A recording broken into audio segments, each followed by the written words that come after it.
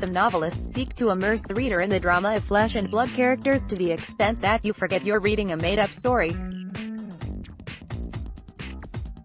For others, that's the last thing they want and so, instead, draw attention to their own artifice. You get a sense of which kind the Scottish writer Kirsty Gunn might be from her new book's flyleaf subtitle, an arrangement of a novel with an introduction and some further material. A metafictional romance full of footnotes and false starts, Caroline's Bikini is narrated by Emily, a freelance copywriter, single and middle-aged, who makes a living from writing about pet food. With her childhood friend Evan, a banker, she's trying to write, at his request, a novel about his infatuation with his landlady, Caroline, a glamorous, faintly desperate housewife in suburban West London. Emily's task, documenting how Evan falls in love at first sight with a woman he barely gets to know, isn't easy. Essentially, there's no story.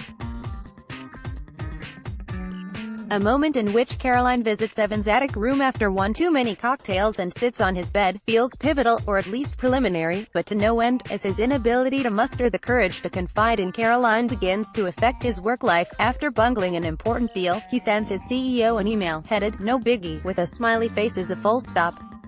You sense that what is most at stake is the sputtering electricity between Emily and Evan. Is it possible for something not to happen in a novel? I was asking myself. In the notes I was making in my flat, late at night, Emily writes, giving up on her book's chance of a general readership, as she accuses Evan of self-indulgence. Here we were still, slap bang in the middle of nothing, she tells us, more than halfway through the book, wondering if Caroline, coming up to his room and his failure to act were the only things that would ever take place in this story.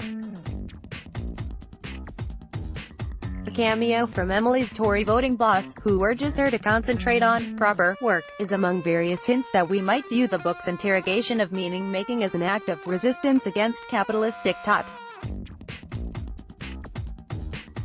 All the same, like Emily, you can't help waiting for something to happen.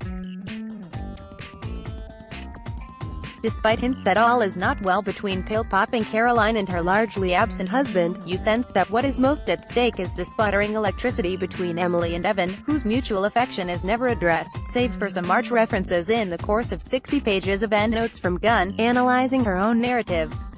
This curiously spotlit variety of understatement comes to seem typical of the book's experimental tomfoolery, pitched somewhere between Nicola Barker and B.S. Johnson. The appended paratextual material invites us to read it as an attempt to recast Petrarch's love-struck sonnets to Laura.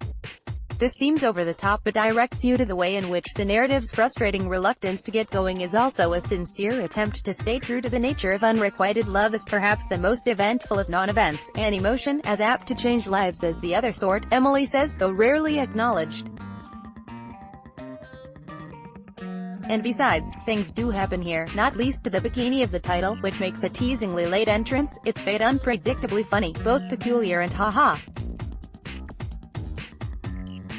Yet by the end of Gunn's bold and brainy enterprise, it's hard to escape a sense that the book's ratio of charm to exasperation depends chiefly on your level of animus towards avant-garde fiction's square cousin, the contemporary realist novel that Emily reckons can go hang.